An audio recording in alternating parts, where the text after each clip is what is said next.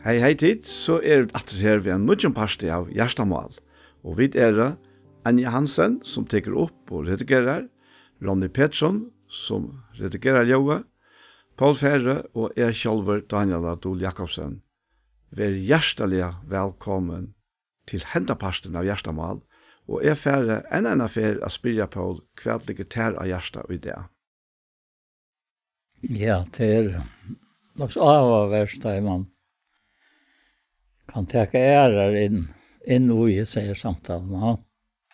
Ikke det at men bare jeg har også om et sår som jeg legger ut av Facebook som Lars Tjures skriver. Ja. Og han sier her at en stedfesting av en verløyka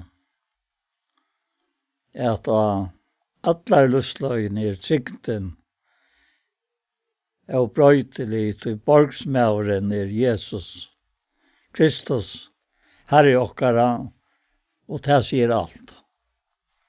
Han skriver dette som en ivskrift til.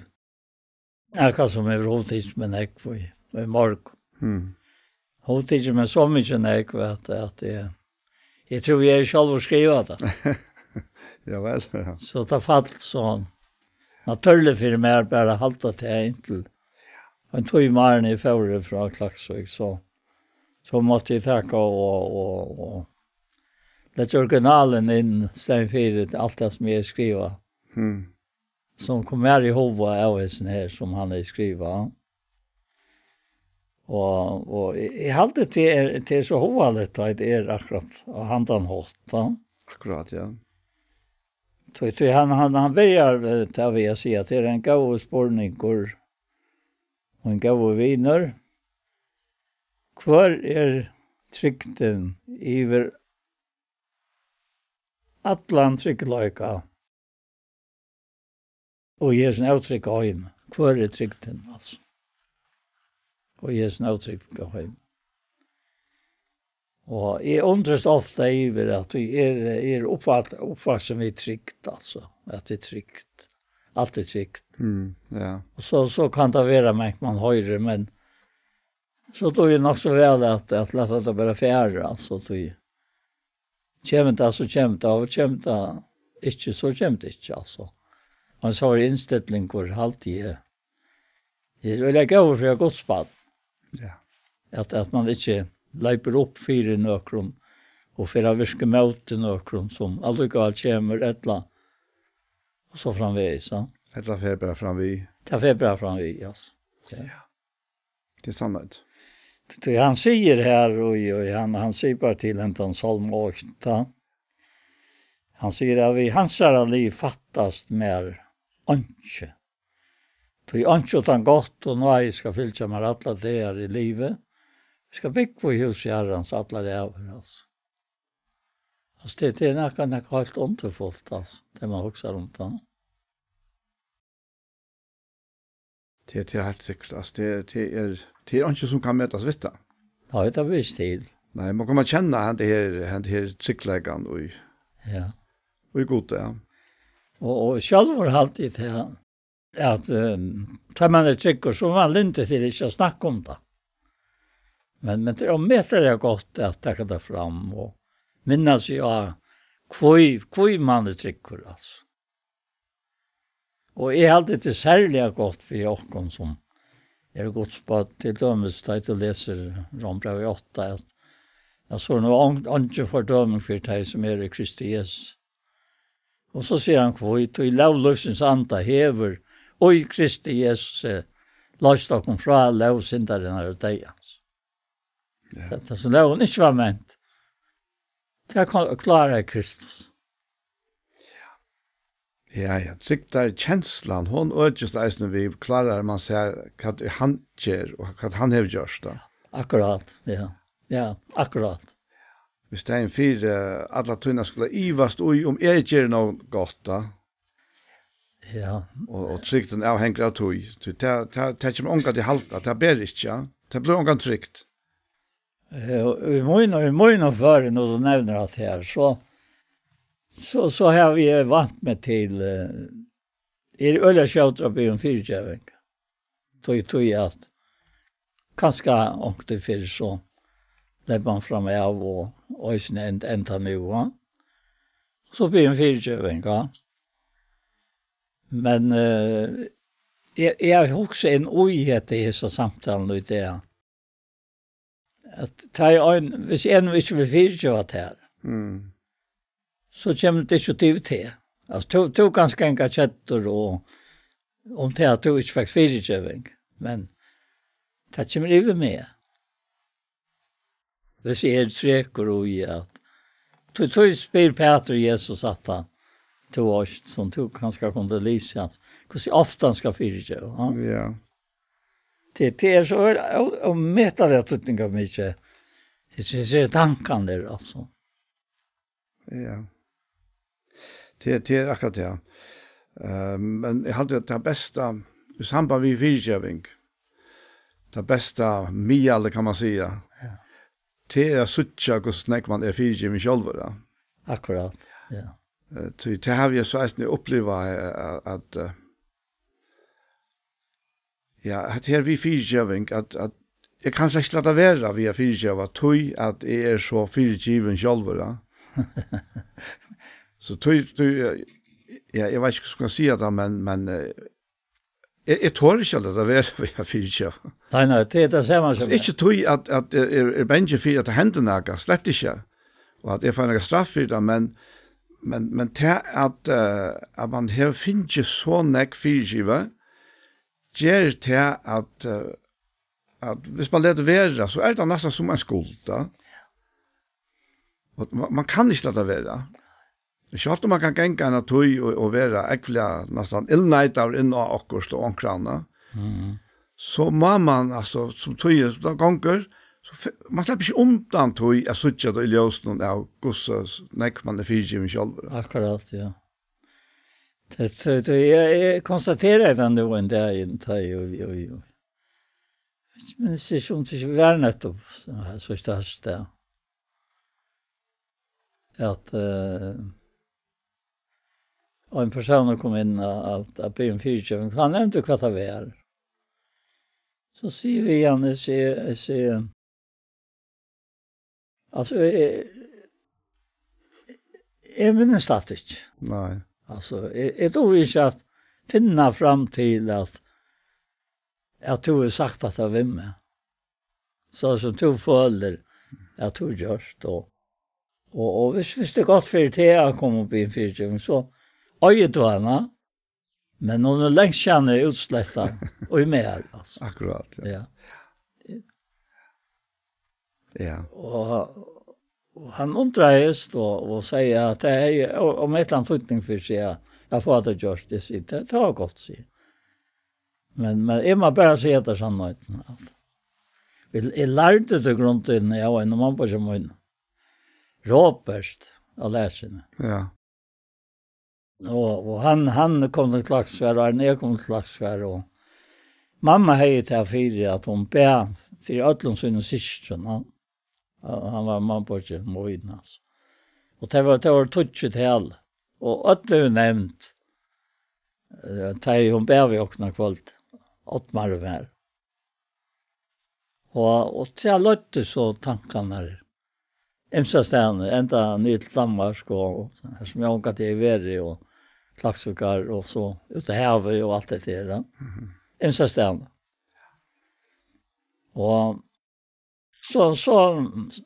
så säger Robert Wimmet ta byggt jag här i Norge, Biskopbönen, att han skulle göra mig centrallinjen.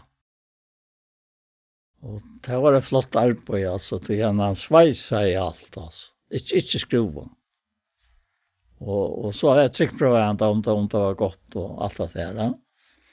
Men så kom jag var inte kvart och det var för det. Inspiration är finns ju samband med det som säger igen. Det var alls inte att det gåva. Sätta vi han och tror jag salt igen. Och jag fick så rävligt samvetskapet av det. Och så får det till han och nej, han visste inte om det sig. Här lärde jag det. Det är raren alltså hit. Så.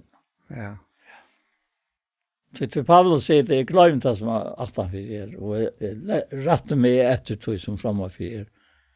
Och stävnen mot malen, va? Det säger slönna som god herren och kattlocken till Kristus. Det kan göra sin underligt, men det kan göra trobläggar att be om fyrtjöving. Till dömes vet jag om omkran att det är nöker som be om fyrtjöving för tankar som de har haft om omkran. Ja, det är alltså det är inte gott. Det är ett antrøyna från att tala om. Ja. Att tankar skulle du inte färre och fortälja öre människan som du har haft om dig. Hvis du vill klara vunnit av dem. Men det är öliga nej att det är vinna av dem. Ja. Så det är inte forgiftat ut lov, va? Men inte, och så fortalte han i samband med det att det var som det var att han var onkor, inte att det var onkor andor onk, som hötta fyra sitt och fortälja allt det kärliga som de också om en annan. Och det är en öjliga missvisande avverskan och att det är ötlas. Och inte någonting till. Så han säger till att det kan inte som allt annat missbrukas. Tillnärka kärligt och mist och höttande, ja. Ja. Ja. Ja, det alltså man ska faktiskt vara också säker i att han person han ber om fyrtjövning, ja, vi kommer blir sartra att du som han har sagt att la görs det. Ja. Så det är kanske inte alltid. Du nämner till dem som de mambajen chatter som var purasta och det själva eisen här. Och det är öliga gott, alltså jag har det så lätt. Det är till nummer 1 och det har vi eje här, va? Ja. Och tog kan man färra rippa upp och i näka som borde faktiskt bara finns fri, ja. Ja, det ska vara för. Ja. Alltså det är inte äckna till att det är som att. Nej. Ta det är andra. Men jag visste det bara inte. Nej, det. Annars säger hej, men han var den samma, ja. Ja. Det så är det imes vi då vant och om det som vi säger, ja. Och det kan också vara misskilt, ja. Alltså det är om vet jag tror mycket att man också är vi kvart och i bröven lära om det, ja. Ja, jag måste säga, jag tycker faktiskt mest på att man spyr talsmannen. Ja. Ta han som bor i Jokon. Ja. Så han gör också svär. Ja, det gör han. Ja, vi har inte alltid bara en facittlista som säger så ska du göra. Nej. Men vi har urslit i Jokon, och vi honom. Ja. Och han lärer oss till att göra det som rätter. Han känner eisen situationen till motparten eller hinnomparten. Ja. Vad är det bäst för vi kommande, ja? Ett. Och här ligger nu nämnt ur Rombrev 8, och här är han inne på att låta oss leja av andan. Akkurat. Ja. Det han ber ju. Ja, och han är han som lejer oss. Ja. Alltså fram till sier av kvarjus där sier han eisen närst så. Han ber för oss med så får inte kan sägas. Eisen där, ja. Alltså det har så säkert vi slukt att göra. Eisen, ja. Men jag också om att det här underfotla som jag alltid vill nämna sista det. Vi brev om nutja. Ja. Det han talar om att löverna och att offringarna och vad det är avskaj och så kommer han till vers nutja och vi brev om nutja. Ja. Nutja 13, du så satt som blå bok. Ja, nettopp, ja, det är bara verset som är skaft, ja. Ja, alltså han nämner att jag läser 12 vers, han får inte vi blå av bocken och kolvon, men vi ser någon äkna blå. Øyna för atlar. Inne i halvtjedomen, og var en evig endeløsning. Det så satt som blå bukka og tarva. Og øskan av kvøy og vi har vært slett av. Hinn i årene hjelper til utvårs, til halkar til utvårsrøynøyga. Så det fyrstan, hvordan mange mål skal ta ikke blå Kristus her. Han sa det som vi er i en anta. Bær fram seg selv han løytalesan for goden. Rønsa samvisk og tykkara fra deg og verskon til at henne inn og livande god. Altså, det er mer om et serakast, altså. Ja. At hvordan omhoksen han hever vært og i sånn og vakt i løyve okkara, så her har folk. Det här är inte galtande i himlen alltså. Men det är underfotla. Ja. Rönsar från dig om versk. Ja. Till att henne. Och det är akkurat det här som är så öjla. Det är så öjla med och under är så rensande blån som ger ett fulltjörst versk. Ett fullkommet versk. Ja. Og rensar samviske okkara, fullkomlige, og det ofta ikke til å skilja, og tog her vi som mennesker ofta fyrer at her, at vi røyner å bøte på, røyner at, og det kan gjøre som det er godt, da, men det er ikke det beste. Det beste er at livet og i seg fyrirgjøvingsene. Alla tøyna. Her er hodet lukkafer inn i Efesosbrevet, og i kapitel 4. Og her sier han her at jeg kan lese her han sier atle baskleidje vers 1 i kapitel 4 atle baskleidje alt ilsene atle vreie atle gengur og atle hoan være lengt fra tikkun somleis atle ønskaper.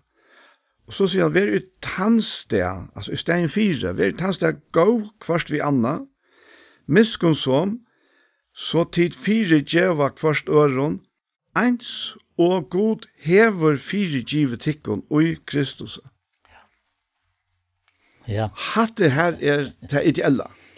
Ja, hatt det ideella. Ja. Og til kanskje tilbyrjene til det her som du fortalte om han til mannen og eisen om Robert da, at de var i forveien ui her, miskonsamere. Og miskonsamere gjør til at jeg tilråkner ikke dittla. Akkurat. Ja. Ta være så unger, altså, samband med Robert. Jeg minns akkurat hver han stod til seg da vi igjen. Og han stod akkurat samme sted at jeg kom etter seg da vi igjen omkylta. Ja. Det er så kjølsomt inne i gången i gamle test der. Så etter han veien, altså. Og i gången her stod. Så sier det vi igjen, og nå stendte du her som du stod til jeg sier til. Så var alt vi skal vekk, altså. Det var bare så kjølsomt. Men jeg husker også om enden av kjente kapittel i Romperan, tror jeg. Her kommer han inn og nekket til skjema alltid. Og kjente kapitlen det. Og det rettelig avhørst til han sier at jeg tror noen innere mennesker må innom vers 22, etter vers 21, så finner jeg nå til det ut som jeg som vil gjøre et gøy, at det ikke må kjastet. Då jag tror någon innare människa möjligen har gjort lovgods. Men i liv och möjligen så är lov som ströjer mot det lovsinnesmunds och täcker med till fänka under lovsindarinnar som i liv och möjligen är. Arma människa möjligen, hvor ska fria med från henne, från henne som lika med dig hans. God till vare tack vid Jesu Kristi, Herre åkara. Så kommer man till. Så tar ni ta självor vi sinnen og lovgods, og det må være til sinne som lov i rønsa.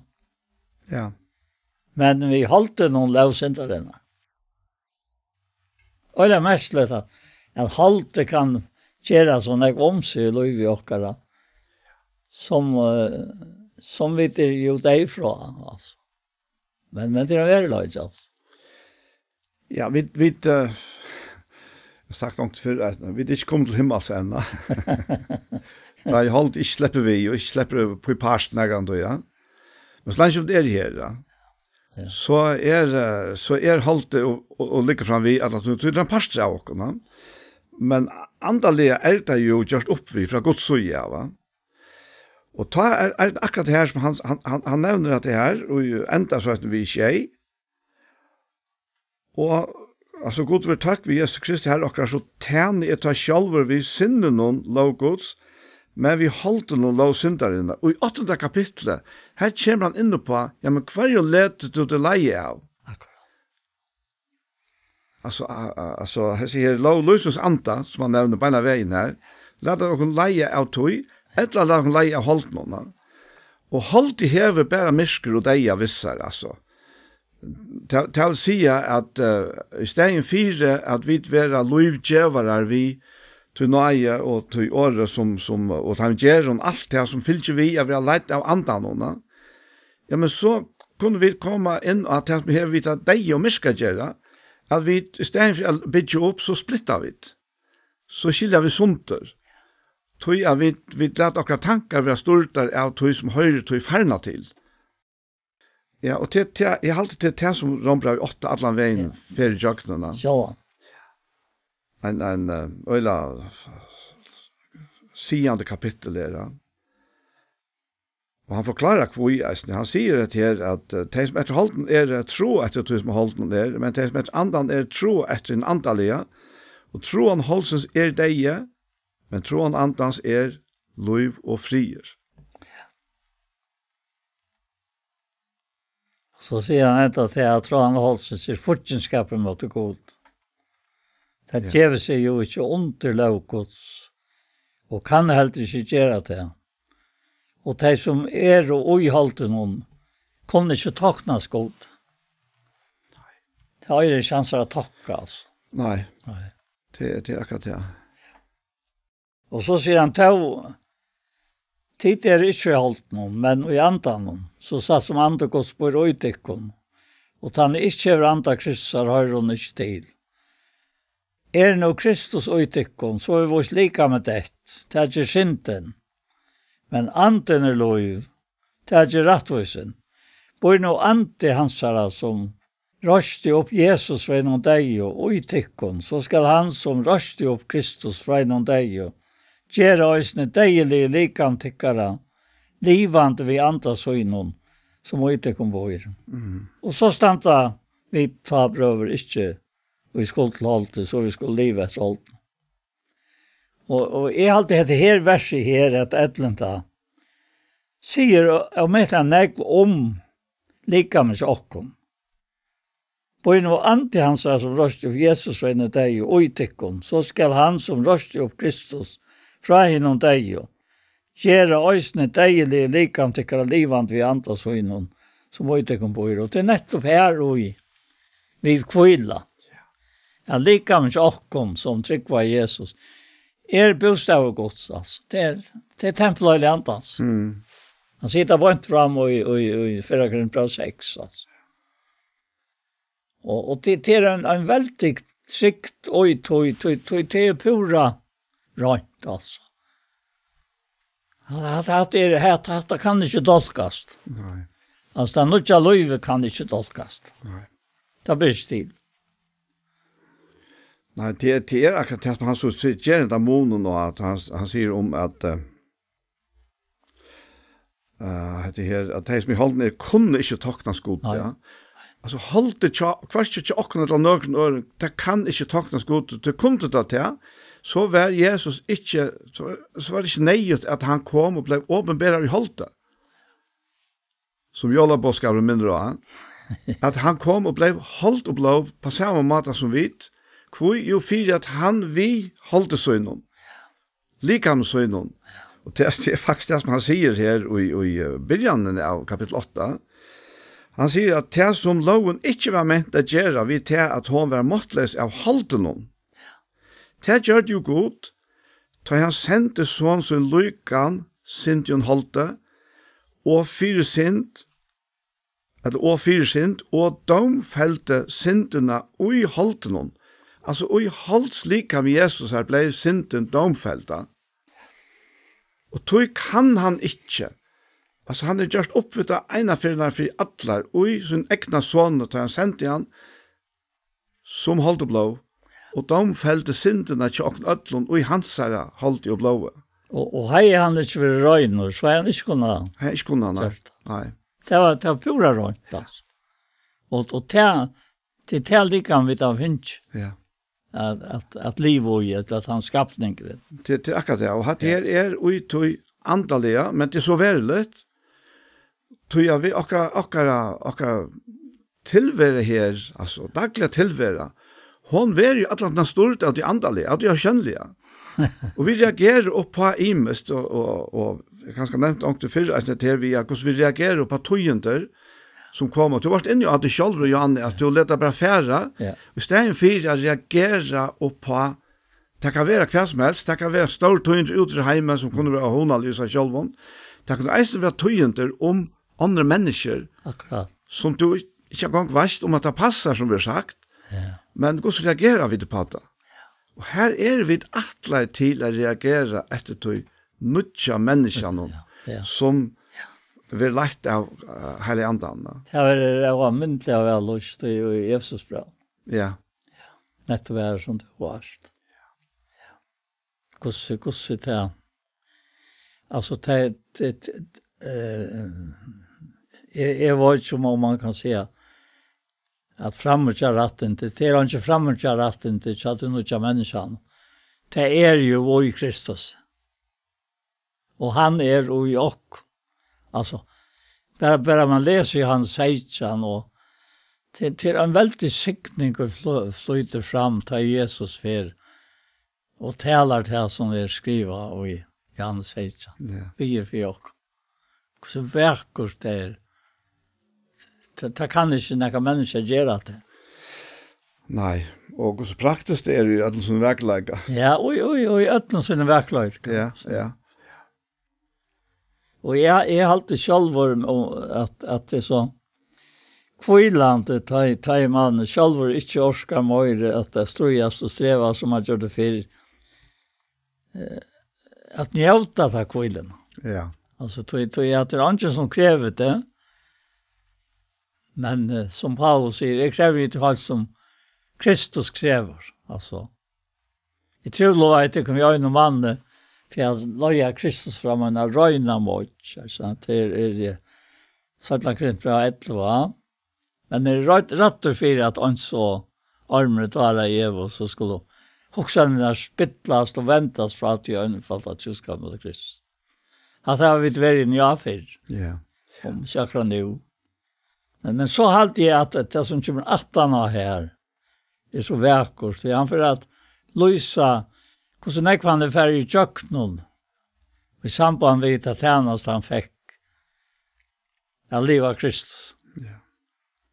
Og så lyser han det så verkurs der til han kommer ned i kapitlet og han sier her i vers 28 alt det at ja, la meg lese det for at det skal være ordentlig. Altså, det mest hva Herren brukar imisk prøv til at åpne sitt hjärsta för oss. Alltså han öppnar sitt hjärta för att vi skulle vara och i inställningen som han. Alltså vi vet och han har inställt lagen till att vara som säger. Det han gjort. Och det kan man inte lägga det.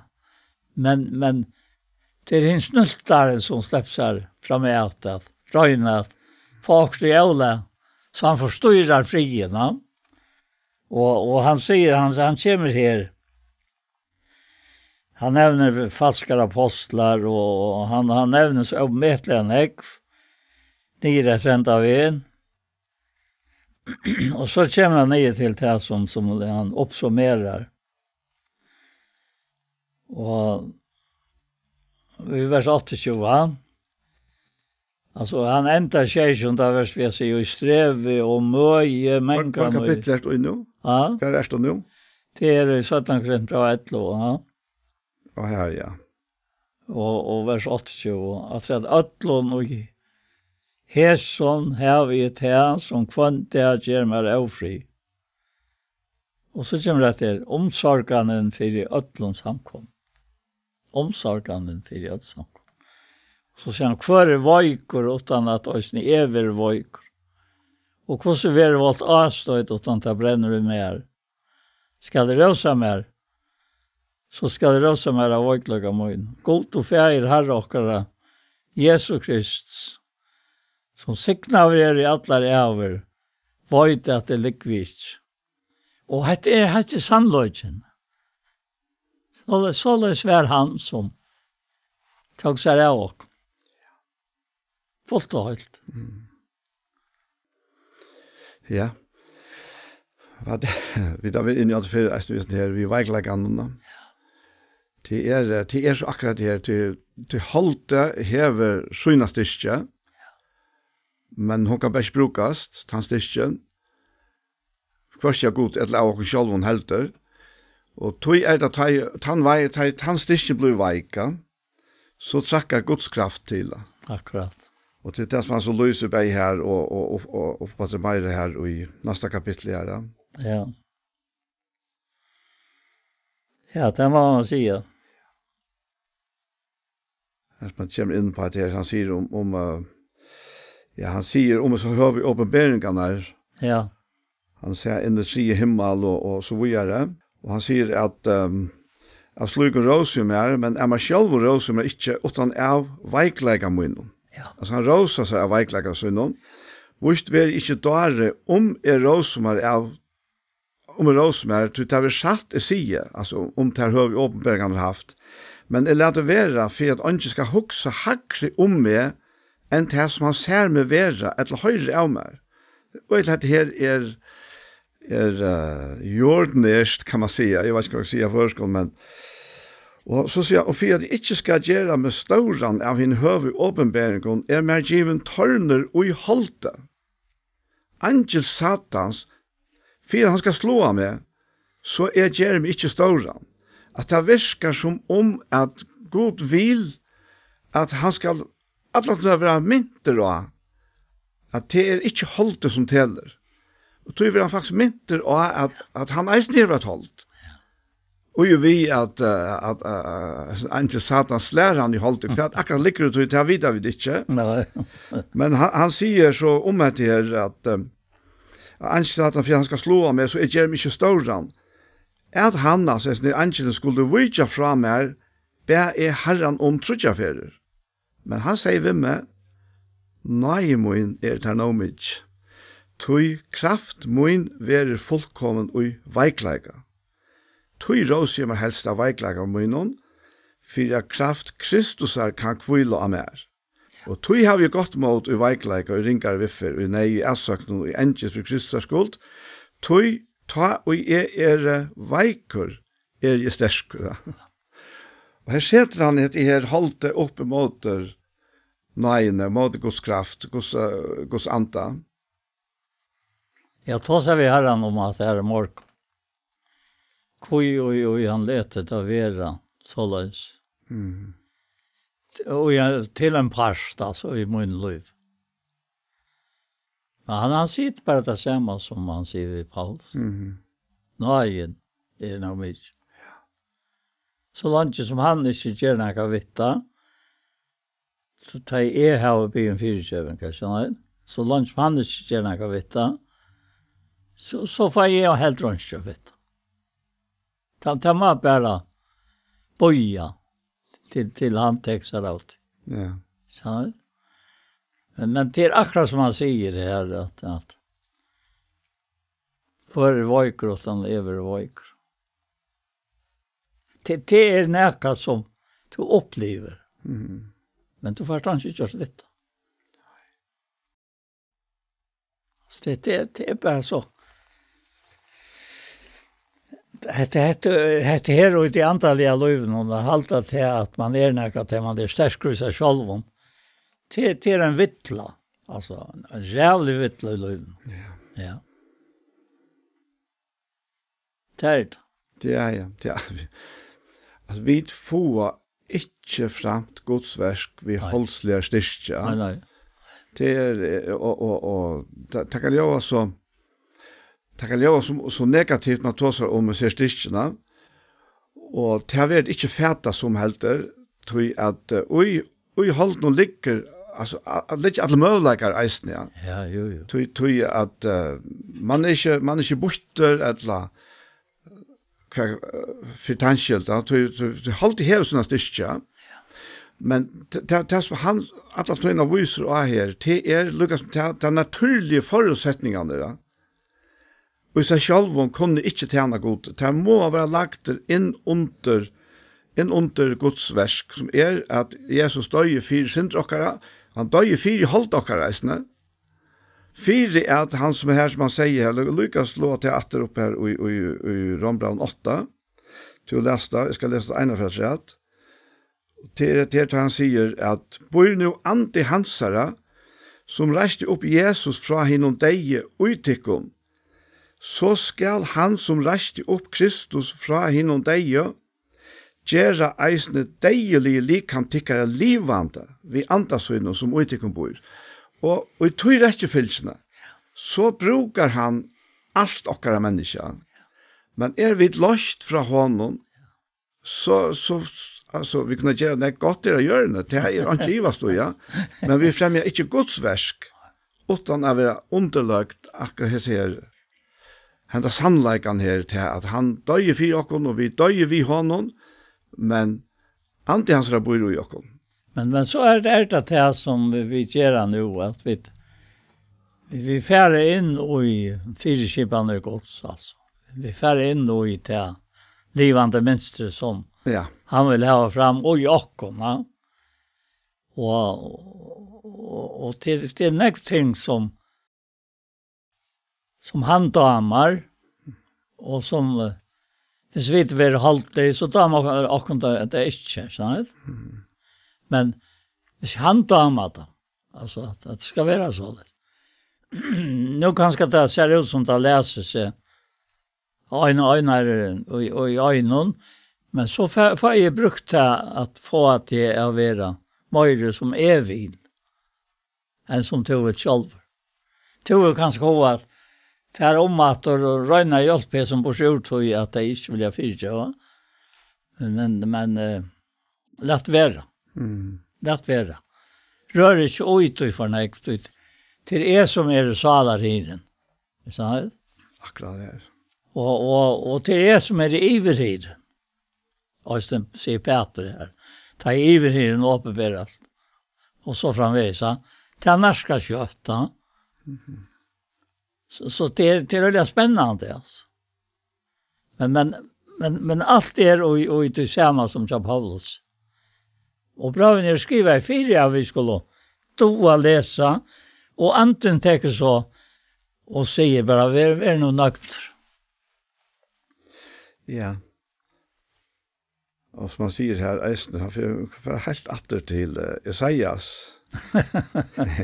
Evangelisten. Ja. Her ja. Det här enden av kapitel 4 till Esaias. Han sier her, jeg kan lese fra vers 28, «Veist du da ikke, har du ikke hørt det, at Herren avgjør god, gjør han skapt så vis som han han møyest ikke. Han vil ikke måttleser, vid hansara åren sætjelet. Han djever hinnom trøtta kraft, og hinnom måttlesa mikla styrke. Unglingar møast over av måttleser, unge menn nøyest av luta, men de som boja etter herranon, få nudja kraft. De litta vangjene som ørner, de renna og møast ikkje, de genga og likvast ikkje. Og dette akkurat det utrett av boja etter herranon. Men de som boja etter herranon, få nudja kraft. Og det hvis vi tenker kanskje situationer som stand upp i okra livet som øyla svarar, øyla tinsjande, men i stedet fyrir affære halt vitta i okra egna kraft, okra egna sinne eller enda ilsinne, så at boja etter herranon. Och det är för halt är tidslat. Det är inte hoa boja. Det är alltid hoa reagera på en väg ner. Det känner jag allt till framma självorna. Ja. Men jag känner eisne till att ta oj man bojar ett herran. Så kommer han vid några som inte andra kan komma vid. Han tar sig om han gav ta upp till hans här. Ja. Och jag har lyckats som gav ta upp till hans här som dömer rättvis, ja. Jag har alltid att det är så. Det är så hålligt. Och inte hotonka att toast. Man vill inte till att ha hotonka, alltså det är mera människaliga ska råa, men det är inte slett, ja. Ja. Ja, det är 4 Petrus 2:23. Peter, han var runt i mig och stöjkom. Han säger, kvar jag ser ut i vers 20, Han säger i vers 19, här finner nöje om ankor bunten till god och i samvisk och söjne, tålen i sorgon, till att han löjer örat. Och här snär öratren, det är inte alltid som sa att får se fra till att släppa fra att bliva via också om att du inte vill fyrtja. Men jag har inte vet att göra. Jag kan inte omsitta det. Så det säger sig allt. Och så säger han, hver jag ser ut och om tider och tålen tar jag till våra stigen för kändetyckare.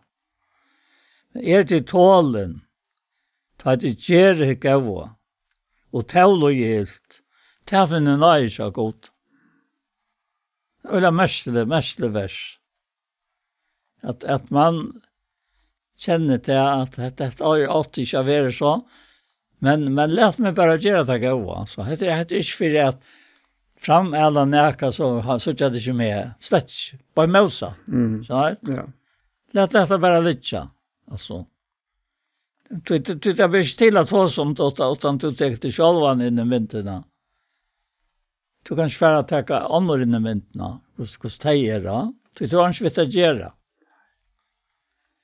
Og så sier han, du tar over til kattleie til, og Kristus løy og østen 4 tikkene, og lette kom 4 dømme etter, så de skulle fylle føddagsbåren hans her, som gjør det ikke sint, og i kvart måned helt ikke var funnet svik, som har ikke at de møte ta han var håver, høtte ikke ta han løy, men gav ta opp til hans her som dømer rettvis. Som sjálvor bär sinter okkara, allikam så en oppa träge, fyra vit, deg fra sinterna. Skulle du liva fyra rettvisna, og vi kvar sarum vid og grødd. Titt var jo som säger och vilstor men här var nu vänt vi till hira och omsköna man salna tyckare. Akkurat. Han är hiren och han är omsköna var. Ja, det uppsummerar öliga gott det så vi där runt av Israel. Ja, det är nu lattnar som är och gosse. Hatt det här. Ja. Det är inte det är han. Och i honom. Det är inte lite att han är mer, hvis jag inte vill vara i honom. Det är faktiskt bara i honom och i hans nöje att vi kunde förgöra. Onkan annat. Nej, det är inte en annan möjlighet i tjocken. Det blev alltså först, det heter likam Kristus är. Han är hötte, men utanast hötte inte. Hur ska du så utanast? Så här. Det hötte ska föra tankarna ner till läntan liv, men det är kvart när man nu är likam. Ja. Och vi kommer gott vara konkreta. Det är alltså, en sak kommer upp, och vi vet kvart ut att en kan göra. Ja, men vi kunna ta så vi herran. Alla tar han. Vi är i tanken och vi åren. Ja. Det är... Att det är akkurat det här. Så. Och östen till att du nu nämnde du att det är i Ramplan 8. Och det är speciellt här. Och i rampen och så att läsa det att vi det såna år så igen och ta börja ju med en löve. Ja, hvis jeg sier Arsenal, til så pleier jeg å snakke om Arsenal, vi tar over skjermen, ja. Så det nok så langt, men det øyelig nekk brøtt, og i måned løyve, så vi kommer sammen. Ja, jeg sitter sammen. Det mye vise, altså, til oss. At man ikke så ærskvisen, og det han så løys, og ja. Det tog mig som var och så har bort vattla. Ja. Till han kommer här i ändan Rombram 8 visen här. Han spyr vad skulle vi nu se om detta. Och det som man säger är så näck va. Vers 22. Det som man framan undan känt tillskille han ösnen framan undan över att gjort löjk min såna sjunds. Så han skulle være hin frompornen mittlemenka brøv. De som han framan undan tilskilai, kattlai han vi. De som han kattlai rattorskjørt han vi.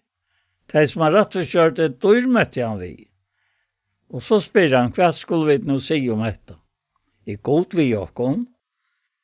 Hvor kan ta over mot jokken? Han som sparte ikke sin egna son, men gav han for jokken ødel. Hvordan skal han kunne annen jokken alt vi hon? Alt. Altså, du er ikke røykere enn, eller fattigere enn han. Altså, du er sett du jant i han. Og hatt jeg vøyt til for avtale. Men til han gjør det.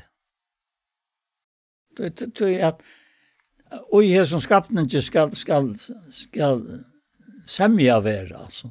Til semja han tar av rom. Hvis du kan grønnøkter, ja, så det ikke gav semmesmæver.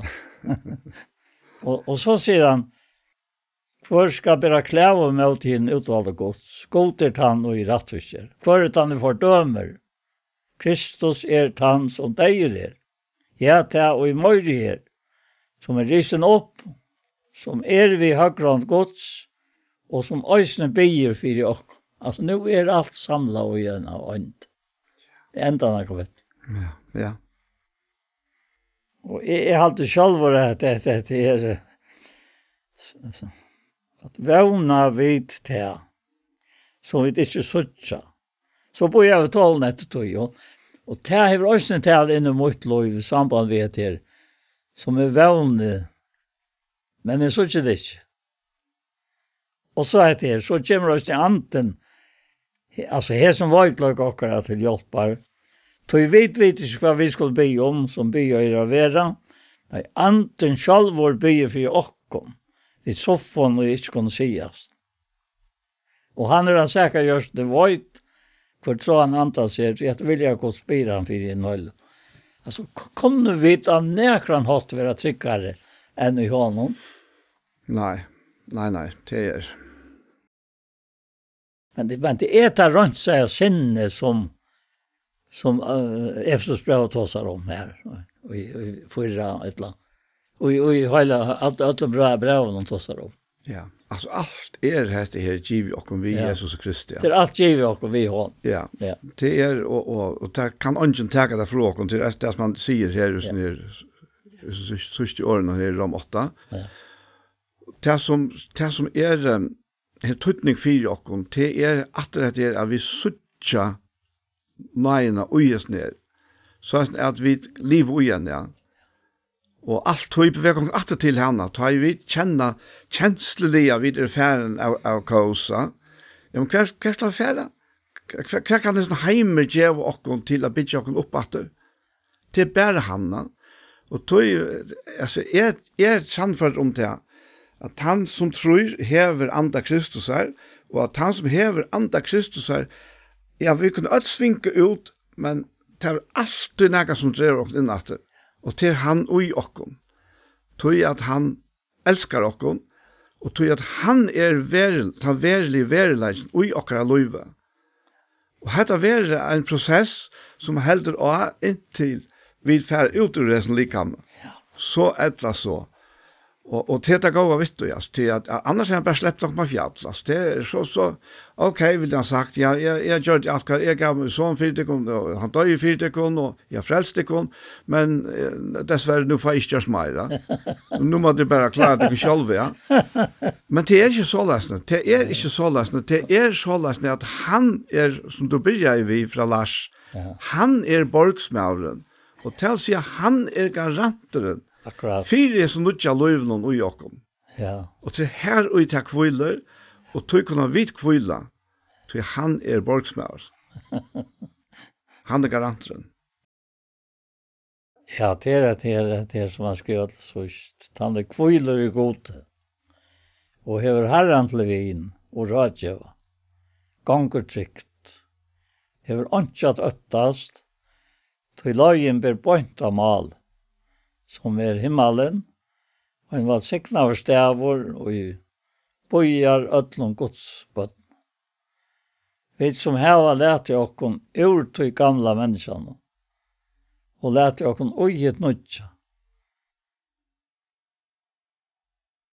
Og var en endernutja etter mynd hansara til fullkomna kunnløyka alt og i hånden hava antja stora fire tog han band troarinnar og fullkommenløykans, kærløykans og friarens.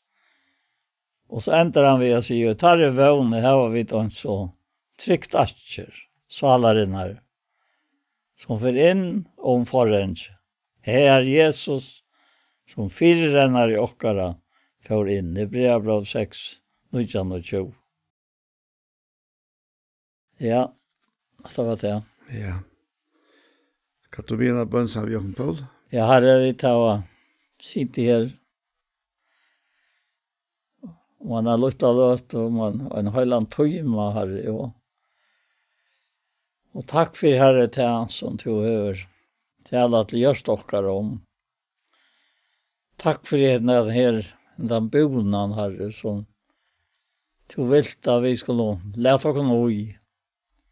Så kvar som vi suttja, hvordan jeg herre til høver givet okkar, jeg slår ikke en underfotlen lyften, som klæger så vel til bad. Jeg løyta til og øyna til, og ångan til herre jeg for å standa svitsen etter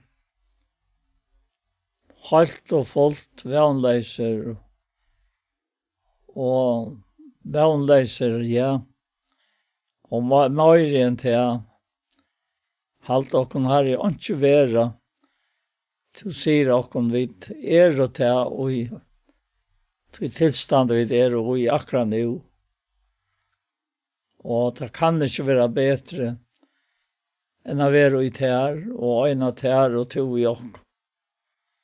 Så takk for disse løt, og takk for det gode løter du gjør okken inn i hesson rommen som vi takker opp i.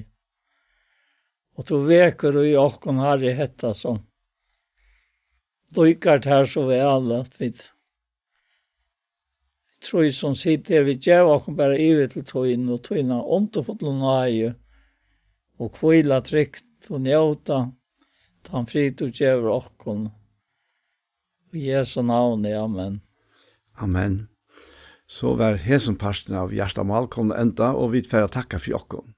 Og vi Anja Hansen som teker opp og redigerer, Ronny Pettersson som redigerer Ljøa, Paul Færre og jeg selv, Daniel Adol Jakobsen. Tusen takk for hesfer. Pastor av Hjertamal som hava vært, der kan du finne av YouTube om du leiter under Iktus Sjånvarsp. Og hese pastoren, han kommer eisne av være lagter her, og han kommer eisne av være senter av Tjei Kristelig Kringvarsp. Så en annen fer, tusen takk for hesfer.